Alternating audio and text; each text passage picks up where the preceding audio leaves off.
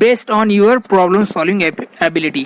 आणि कारण काय तर ही जी एक्झाम आहे ती पूर्णतः कशावर आहे तर प्रॉब्लेम सॉल्विंग ॲबिलिटीवर बेस आहे. And the ability to think not only logically. आणि ॲबिलिटी कुठली ability to not only think logically, फक्त लॉजिकली विचार न करणे, बट क्विकली अँड रॅपिडली, कसं वेगानं किंवा मग पूर्ण क्षमतेनं फास्टली विचार करण्यावर ही परीक्षा डिपेंड असते. त्यामुळे त्या प्रॉब्लेम सॉल्विंगचा फायदा त्याला निश्चितच तिथे झाला. पुढचा पॅराग्राफ आपण अभ्यासतोय. I scored 100% marks in mathematics in almost all the examinations that I appeared for from my first standard until IIT, bearing only a few times. लेखक म्हणतोय की मला काय झाले तर 100% मार्क्स हे मॅथमॅटिक्स मध्ये मिळाले सर्व एक्झामिनेशन मध्ये. In almost all examinations that I appear for from my first standard until IIT, म्हणजे फर्स्ट स्टँडर्ड पासून तर IIT पर्यंत प्रत्येक वेळेस त्याला मॅथमॅटिक्स मध्ये 100% मार्क्स मिळाले.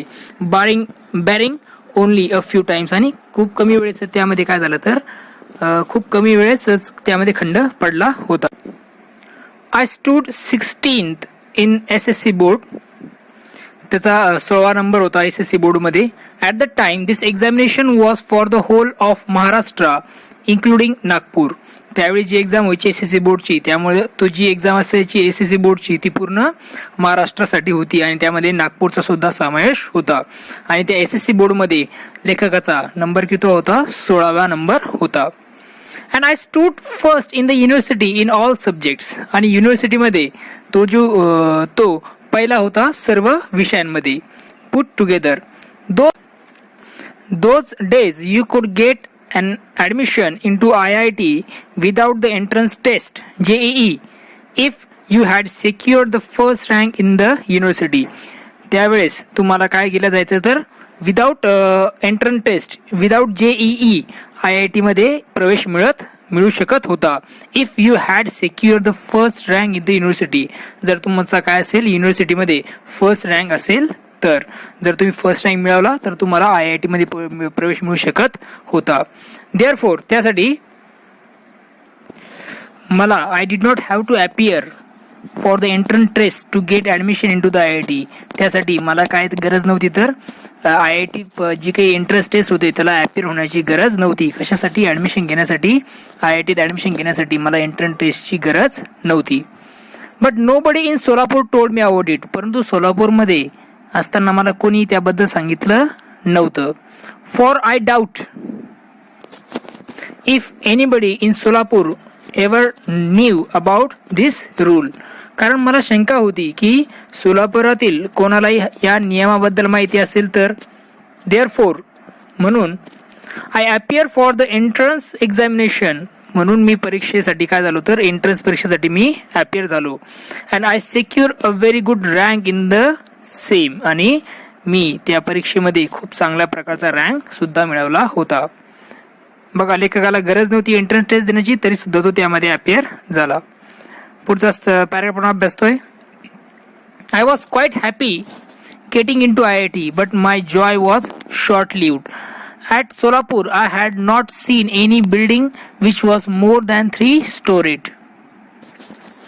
I was quite happy getting into IIT. मी खूप आनंदी होतो कारण मला IIT मध्ये प्रवेश मिळाला होता. But my joy was short-lived. परंतु जो माझा आनंद होता तो खूप कमी काळासाठीच राहिला. At Solapur, I had not seen any building which was more than 3-storied. Storied म्हणजे मजली. इथं सोलापूरला असताना मी 3 ताळ्यापेक्षा मोठी बिल्डिंग बघितली नव्हती. Mumbai however was full of skyscrapers. आणि मुंबई जिथे काय जिथल्या ज्या बिल्डिंग्स असतील त्या कशा होत्या खूप गगनचुंबी अशा होत्या, खूप उंच होत्या, खूप मोठे मजले त्यामध्ये होते. स्काय क्रॅपर्स म्हणजे गगनचुंबी, गगनाला भिडणाऱ्या. ॲट IIT मध्ये most of the students and professors used to converse in English whereas my English was very poor.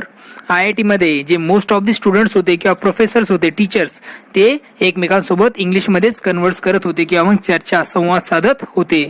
आणि whereas इथे इंग्लिश वॉज व्हेरी पुअर. माझी इंग्लिश कशी होती? खूप पुअर होती, खूप कमी दर्जाची होती. I had my entire education in Marathi. माझं पूर्ण एज्युकेशन हे मराठीमध्ये झालेलं होतं. My spoken English was quite pathetic. My English spoken English म्हणजे माझी जी स्पोकन इंग्लिश होती ती कशी होती? खूप क्वाईट पॅथेटिक, म्हणजे कीव येण्याजोगी किंवा दयनीय अशा प्रकारची तो इंग्लिश बोलत होता. Not only did I have a very weak vocabulary. फक्त त्याच्याकडे खूप वीक व्होकॅब्युलरी म्हणजे शब्दसंग्रह सुद्धा त्याच्याकडे कमी होता.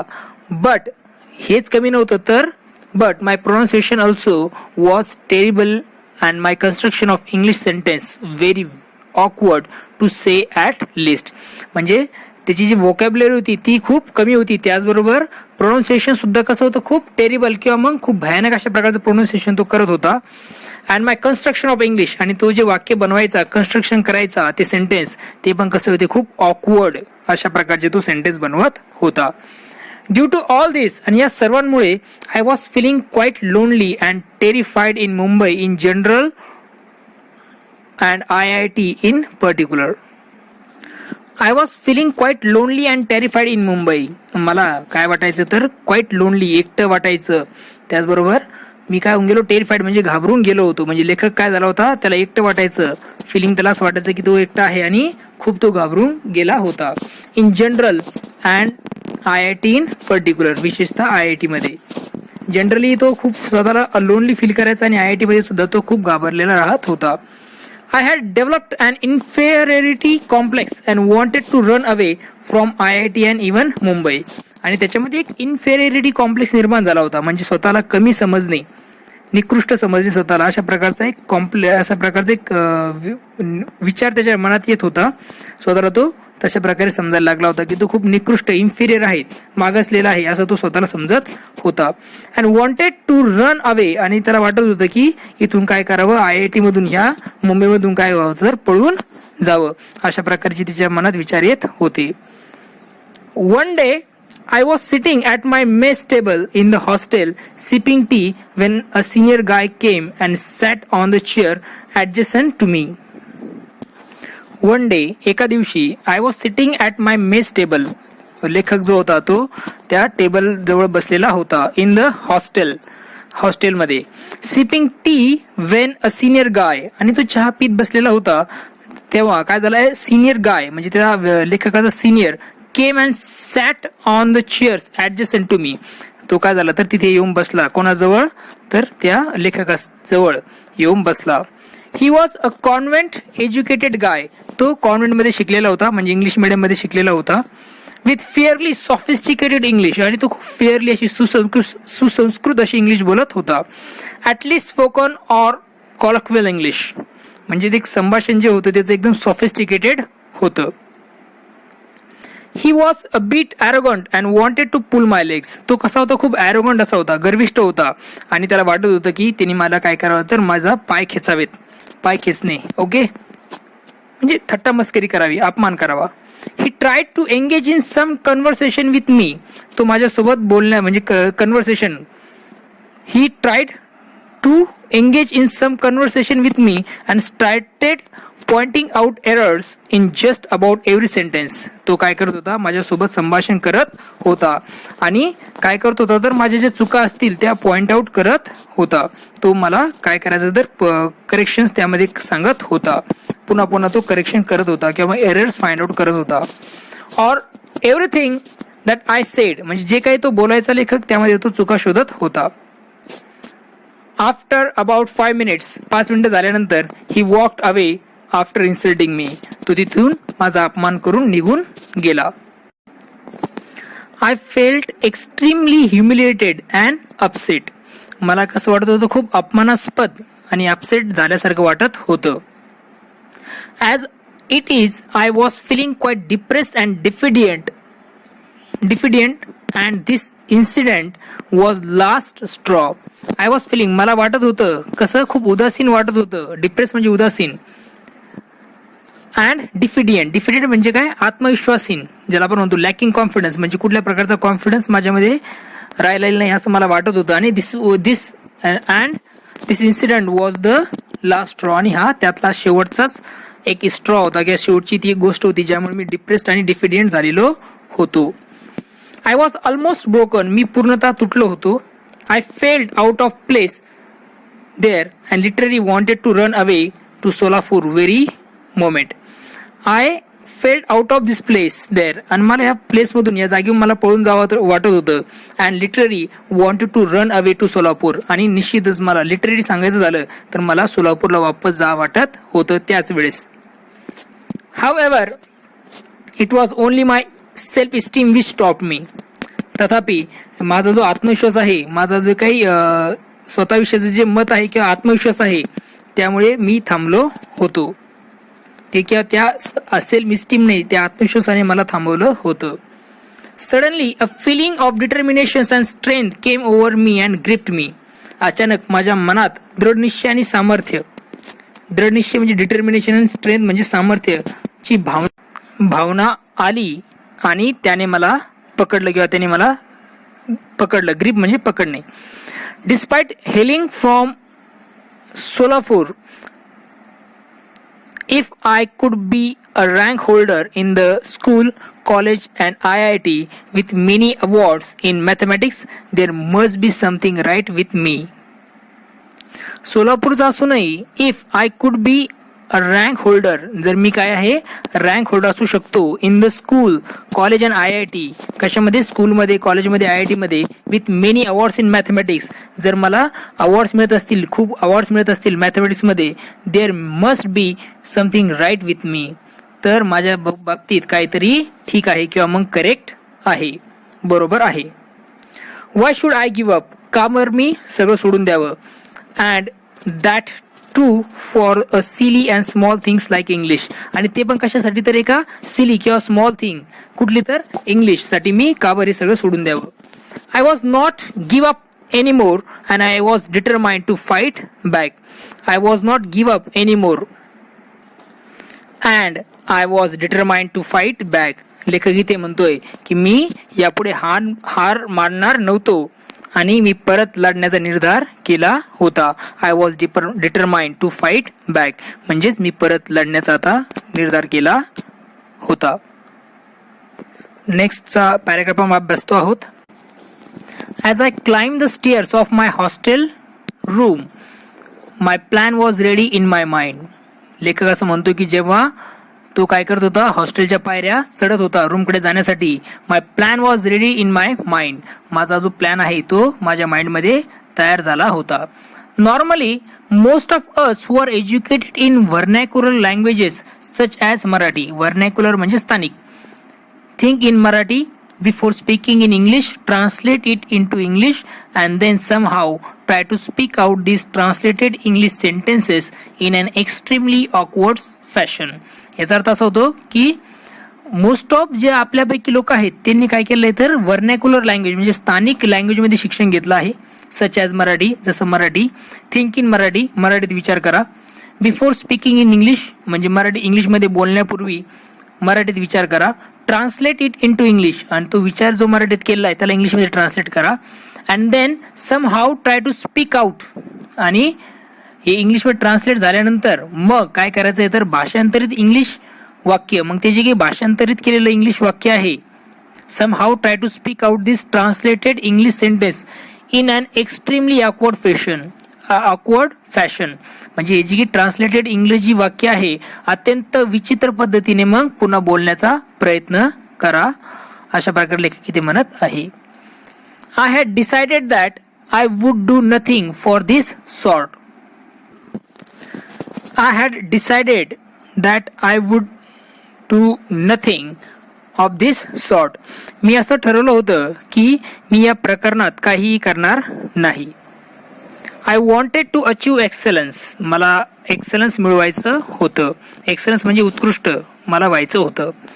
This urge to excel in anything that you try to do has been with me since the childhood. आणि आपण करण्याचा प्रयत्न करीत असलेल्या कोणत्याही गोष्टीमध्ये उत्कृष्ट काम करण्याचा हा आग्रह लहानपणापासूनच माझ्या बरोबर आहे.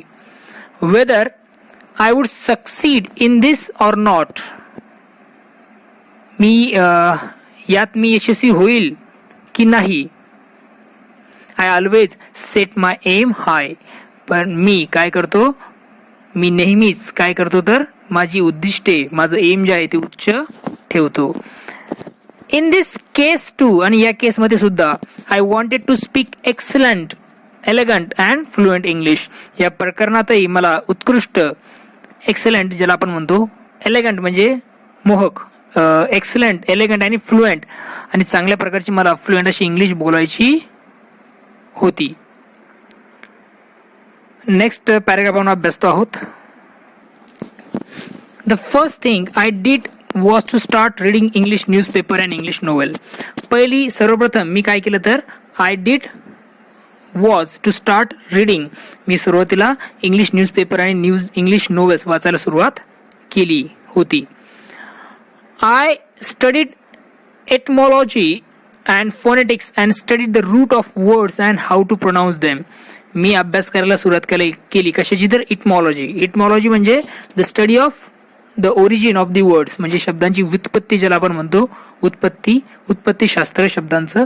अँड फोनेटिक्स म्हणजे काय तर त्याला आपण म्हणतो की एक study of correct pronunciation of words, म्हणजे यामध्ये आपण वर्ड्स करेक्ट प्रोनाऊन्स करायला शिकतो, त्याचा मी अभ्यास करायला सुरुवात केली.